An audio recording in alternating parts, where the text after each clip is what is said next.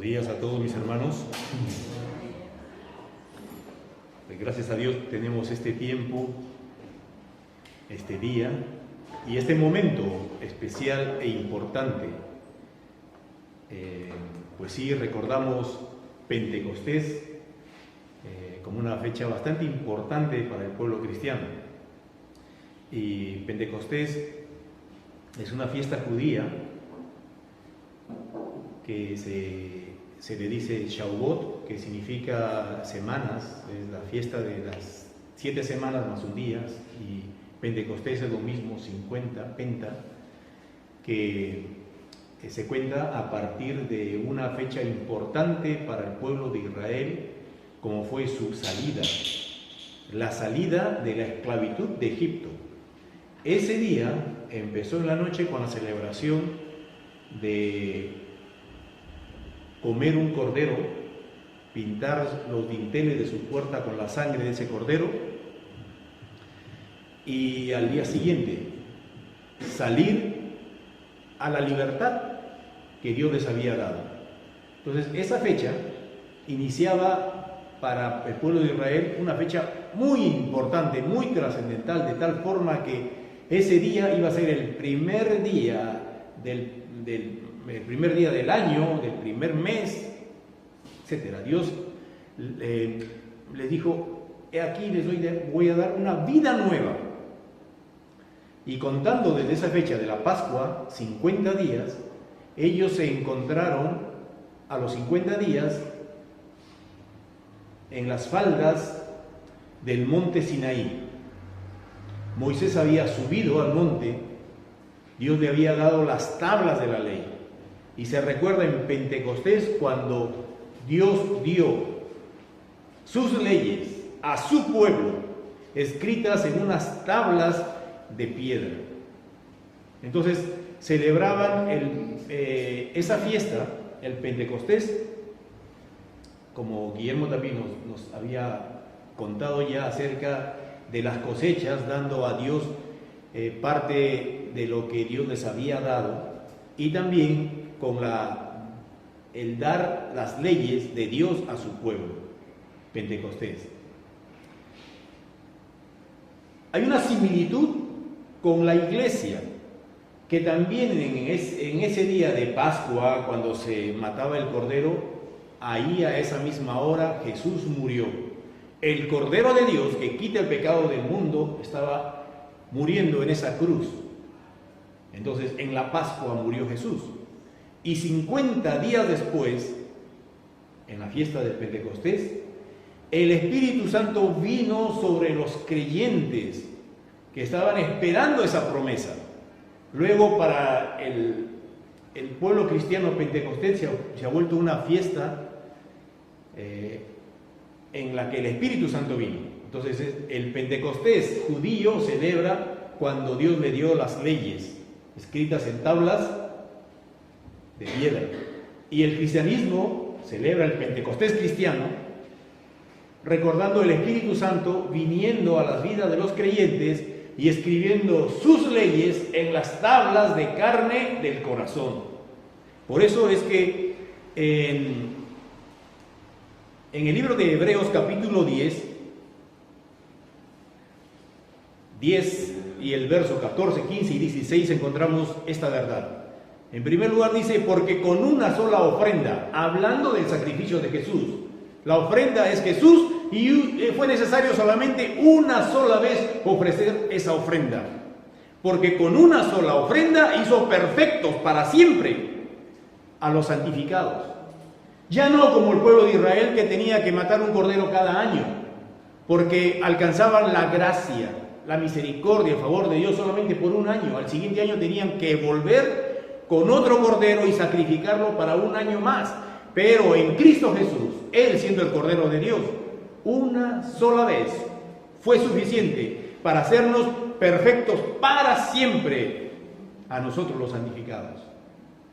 Y dice el verso siguiente, 15: y esto mismo nos lo dice el Espíritu Santo, o sea, ha atestiguado el Espíritu Santo lo mismo cuando dijo por boca del profeta Jeremías, dijo: este es el pacto que haré con ellos después de aquellos días, dice el Señor, pondré mis leyes en sus corazones y en sus mentes las escribiré. En Jeremías lo dice al revés, pondré mis leyes en sus mentes y en sus corazones las escribiré. Pero es ese momento en que el Espíritu Santo vino en Pentecostés y escribió sus leyes en los corazones de los creyentes. Ya no en tablas de piedra, ahora en tablas de nuestro corazón. Y Pablo lo dice también en la carta de 2 de Corintios, capítulo 3 y el verso 3, dice que nosotros ahora somos cartas de Cristo y que se ha escrito algo dentro de nosotros, en nuestro corazón, y no con tinta, sino que se ha escrito a través del Espíritu Santo, se ha escrito en las tablas de carne del corazón, como lo dice así. Así que cada uno de nosotros somos como una carta para el resto. ¿Qué ven? ¿Qué leen en nosotros? Nuestra vida, nuestro comportamiento, nuestras palabras, nuestro proceder, nuestra forma de vivir. Es lo que ellos leen, y eso es porque el Espíritu Santo ha escrito dentro de nuestros corazones lo que debe ser una relación correcta de un hombre con Dios. Ahora voy a irme al libro de Gálatas y centrarme en el capítulo 5. Capítulo 5 de Gálatas hay unas verdades acerca de este Espíritu Santo que vino en Pentecostés a los creyentes. Cosas importantes. Así que en el capítulo 5 vamos a buscar estos 3 puntos que les voy a mencionar. En primer lugar, señala que el Espíritu Santo nos guía. Dice el verso 18. Recuerden, estamos en Gálatas 5, ahí nos vamos a quedar en ese capítulo. El verso 18 dice, pero si sois guiados por el Espíritu, no estáis bajo la ley. El ser humano siempre ha necesitado ser guiado. Cuando Dios formó a Adán, lo puso allí en el huerto del Edén, no lo dejó a su libre voluntad, que él haga y deshaga lo que él quiere. Dios le dio instrucciones, lo formó, ahí estuvo y le dijo, tú vas a hacer estas cosas, instrucciones. Le dijo, tú vas a cuidar este huerto, lo vas a labrar, tú vas a poner nombre a los animales, instrucciones. Tú vas a comer de estas cosas, pero de esto no vas a comer, instrucciones. El hombre necesitaba ser guiado desde el inicio. Después, cuando Dios trató con toda la humanidad, les ha estado dando instrucciones. No quisieron, entonces formó un pueblo, Israel, llamado los del Antiguo Pacto. A los del Antiguo Pacto, Dios le dio instrucciones, leyes. Los judíos cuentan 613 instrucciones, 613 leyes que ellos tienen que hacer. Ahí hay 248 instrucciones de lo que se debe hacer y 365 instrucciones de lo que no se debe hacer. Entonces Dios les había dado instrucciones de todo su vivir al pueblo de Israel. ¿Por qué? Porque el hombre necesita instrucciones para vivir. No ha sido creado y dejado abandonado para decir, bueno, vive como tú quieres. No. Siempre Dios ha instruido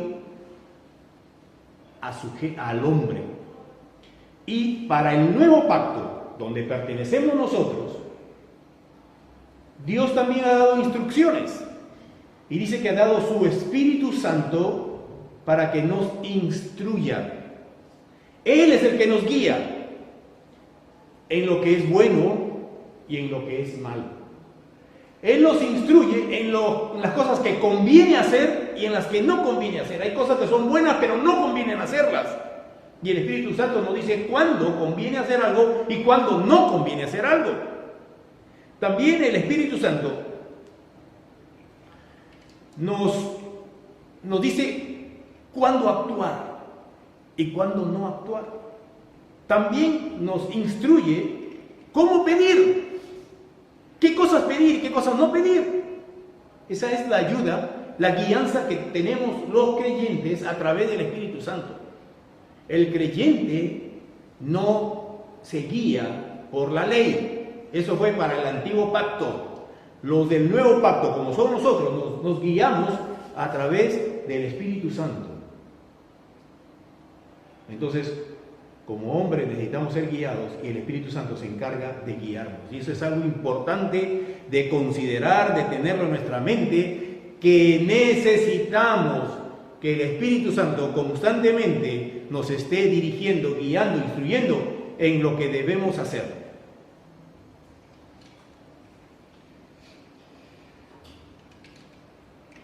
Ese es uno de los puntos que se señala aquí en Gálatas, que el Espíritu Santo está para guiarnos y que tenemos que tener mucha atención, tenemos que prestar atención, qué es lo que Él nos dice y obedecerle. Ahora, el Espíritu Santo también nos justifica. En el antiguo pacto, la justificación venía a través de cumplir las leyes que Dios había dado, las instrucciones, los mandamientos, las ordenanzas, como se quiera llamar. Si tú cumples todo esto, eres justificado. Ahora, para el nuevo pacto, el que nos justifica es el Espíritu Santo. Si Él nos guía a hacer lo que debemos hacer, entonces todo lo que hagamos estará bien hecho. Y si está bien hecho, esa es nuestra justificación. Dice en Gálatas otra vez, capítulo 5, ahora el versos 4 y 5 dice: de Cristo te desligas, te sales, aquellos que por la ley quieren justificarse. Si tú te quieres justificar por la ley, habrás caído de la gracia. La gracia no te es suficiente, no la dices, estás diciendo no la necesito, yo me quiero justificar con la ley. Así que todos aquellos que quieren justificarse por la ley de Cristo se están desligando y de su gracia han caído. Verso 5 dice: pues nosotros por el Espíritu, por medio de la fe, esperamos la justicia. El Espíritu nos justifica. Y empieza diciendo Pablo aquí en esta carta que le escribe a los Gálatas, que Cristo nos ha hecho libres de la ley. Ahora, ¿por qué les escribe esto? Los Gálatas, los que vivían en esa isla, en Galacia, los Gálatas se habían dejado persuadir por judíos o por cristianos judíos que les estaban diciendo que era necesario guardar la ley para que puedan ser salvos, que no bastaba la fe, que no bastaba la gracia, había que complementarla con algunas obras. Entre esas obras se presenta la circuncisión. Ellos tienen que circuncidarse para ser aprobados por Dios. Tienen que guardar los días de reposo. Tienen que guardar las fiestas solemnes de Dios. Tienen que abstenerse de alimentos. Esto se come y aquello no. Una serie de no gustes, no manejes, no hagas. Y los judíos cristianos, o los cristianos judaizantes, estaban llevando esa enseñanza errónea a muchas de las iglesias que ya había abierto Pablo. Y Pablo pues iba en contra de ellos. Y una de las iglesias donde más mella había hecho era justamente en Galacia, en los Gálatas. Por eso es que les escribe esta carta y les dice: ustedes han sido libertados por Cristo. ¿Libertados de qué? De la ley. No vuelvan otra vez a esclavizarse a ella. Ustedes ya han salido de ahí. Y empieza diciendo en el verso 1, que no lo pongo, ustedes tienen la Biblia, lo pueden ver, 5:1, estad firmes en la libertad en la que Cristo os ha hecho libres. Ya te ha libertado del yugo de la ley y eres libre. Entonces, Párate firme en esa libertad. Y le dice, ya no estáis sujetos al yugo de la esclavitud de la ley. Ya no estáis sujetos al yugo de la esclavitud de la ley. Cristo ya te ha libertado de ello, de eso. Dice, he aquí, yo Pablo os digo, si os circuncidáis, entonces Cristo no te aprovecha de nada. Y también te digo, el que se circuncida, que también guarde todas las demás cosas de la ley.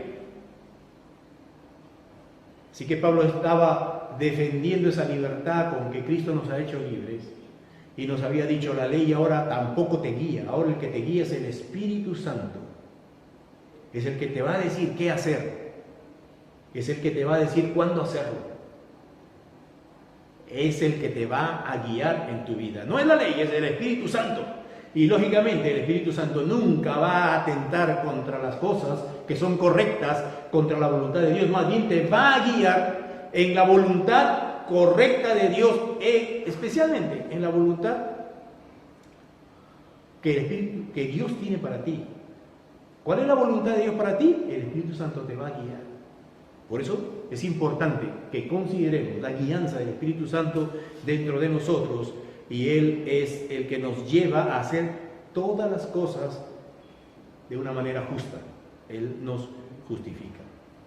Dice en el verso 13, vosotros, hermanos, a libertad fuisteis llamados. Una advertencia, sí, has sido llamado a la libertad. Ahora ya no pesa sobre ti nada de la ley, pero, ojo, no uses la libertad y lo conviertas en libertinaje. Él dice, no uses la libertad como ocasión para la carne, sino utiliza la libertad en Dios para ser mejor para Dios, para servir mejor a los demás. Entonces, esta es la libertad que tenemos en Cristo y el Espíritu Santo guiándonos, a hacer todo lo que conviene y todo lo que es justo. El Espíritu Santo nos justifica. Ahora, el tercer punto que encontramos aquí es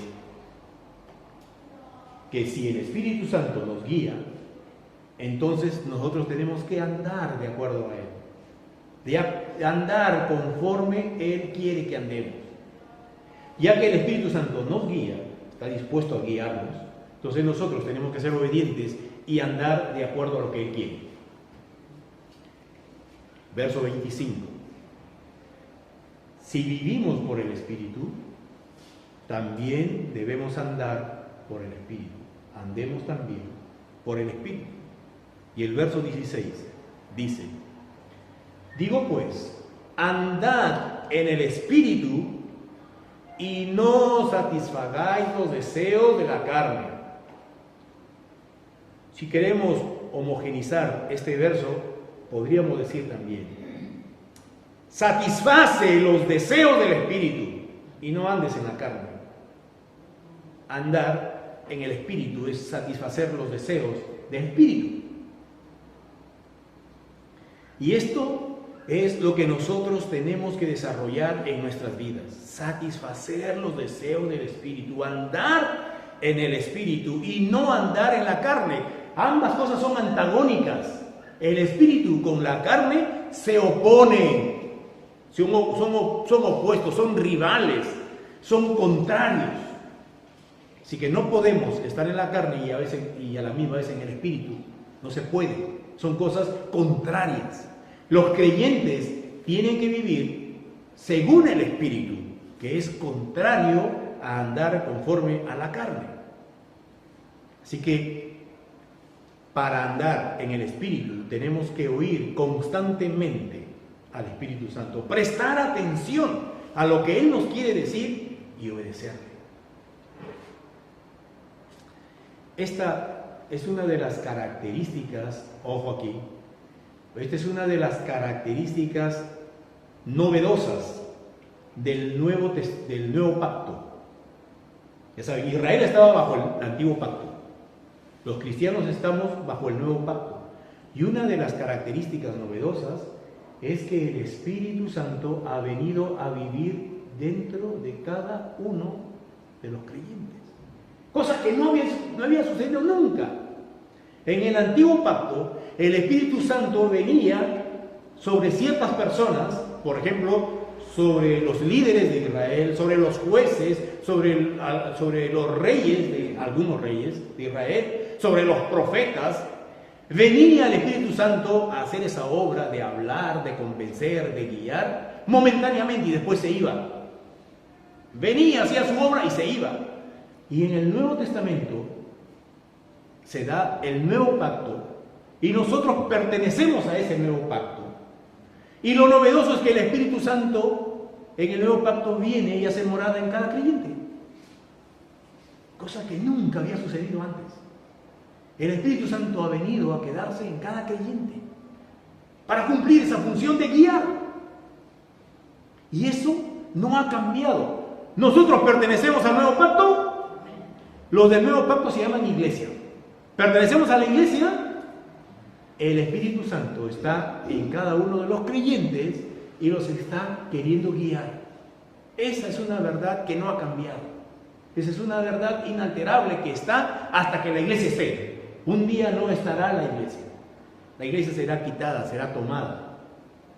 Pero mientras haya iglesia, el Espíritu Santo está tomando a cada creyente para vivir en él y para querer guiarle. Es interesante escuchar esto, que Él quiere guiar. Significa que no en todos les guía, porque no todos se dejan guiar, lamentablemente. ¿Cómo es que el Espíritu Santo guía? ¿Cómo lo hace? Pues en el libro de Hechos encontramos muchas formas, maneras, ejemplos de cómo el Espíritu Santo ha guiado a los hombres.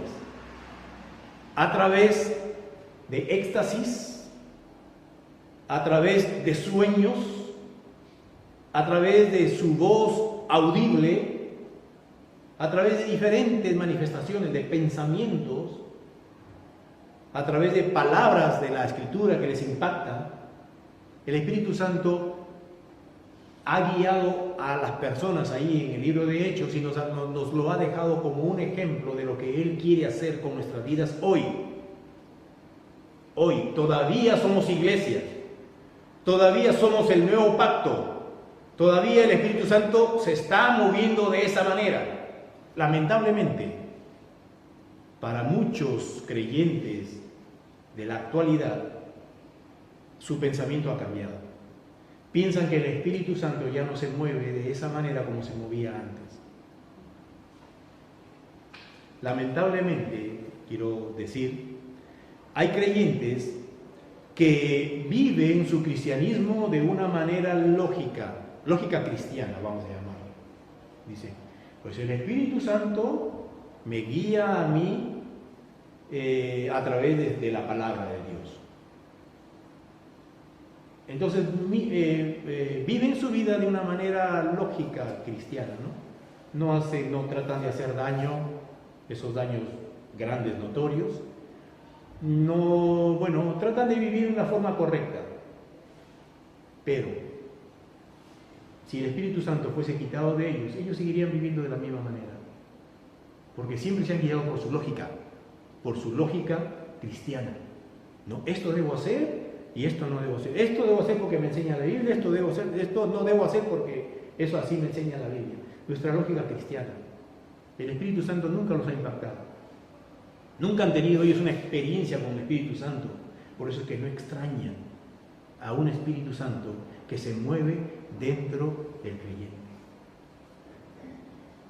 Nos sorprendemos muchas veces de escuchar testimonios de personas que han tenido unos encuentros especiales con el Espíritu Santo, que los ha visitado, que les ha hablado, que les ha guiado, que les ha hecho una serie de demostraciones de su poder.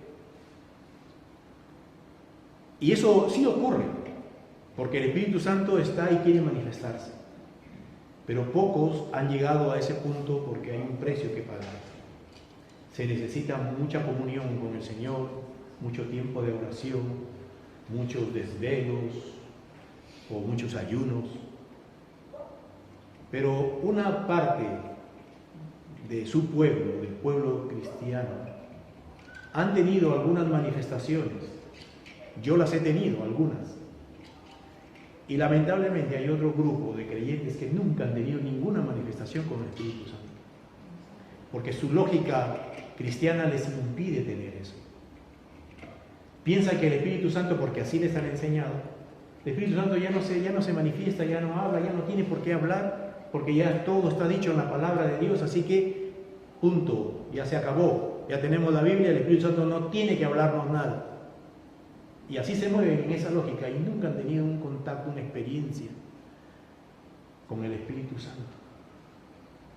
Pero el Espíritu Santo ha sido puesto para tener contacto con el creyente, para conducirle, para guiarle, porque hay cosas que la palabra de Dios, por más buena que sea, no te lo dice.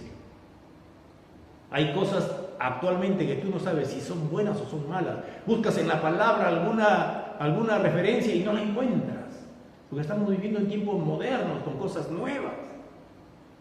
La Biblia tampoco te dice cuándo actuar, cuándo hacer algo. Tampoco te dice cuándo es conveniente hacer algo y cuándo no es conveniente. Eso te lo dice el Espíritu Santo a ti en el momento en el que estás viviendo la situación. Cuando necesitas una respuesta de guianza, el Espíritu Santo se encarga. ¿Cuántas veces me ha hablado a mí de una manera de pensamientos que me hacen ahí, que estoy reflexionando en algo que no me dejan hasta que tome una decisión? También me ha hablado de una forma audible. También se ha manifestado respondiéndome en ciertas cosas que yo le he pedido como demostración. Él quiere comunicarse con los creyentes, porque eso es la novedad del nuevo pacto en el cual nosotros estamos. El creyente no tiene que perder de vista ese tremendo regalo que Dios nos ha dado, de tener el Espíritu Santo dentro de nosotros y que Él quiere guiarnos. Dice en Santiago 4:5: ¿o pensáis que las Escrituras dicen en vano? ¿O pensáis que en vano dicen las Escrituras que el Espíritu Santo nos anhela celosamente? ¿Qué quiere decir? Que la Biblia nos dice con veracidad que el Espíritu Santo nos anhela celosamente. Él quiere tener una comunión con nosotros. Somos nosotros los que le ponemos la barrera, no le buscamos. ¿Cuántas veces en esta semana te has acercado al Espíritu Santo a decirle gracias por estar en mí? O para saludarlo, simplemente para decirle algo a Él. No, Él es el gran ignorado de nuestras vidas. Cuando oramos al Padre y mencionamos el nombre de Jesús para despedirnos de la oración, y el Espíritu Santo guardadito en el cajón del olvido de nuestro corazón.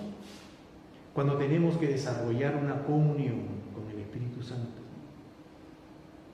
tenemos que hablarle, tenemos que decirle: te anhelo, te necesito, manifiéstate a mi vida.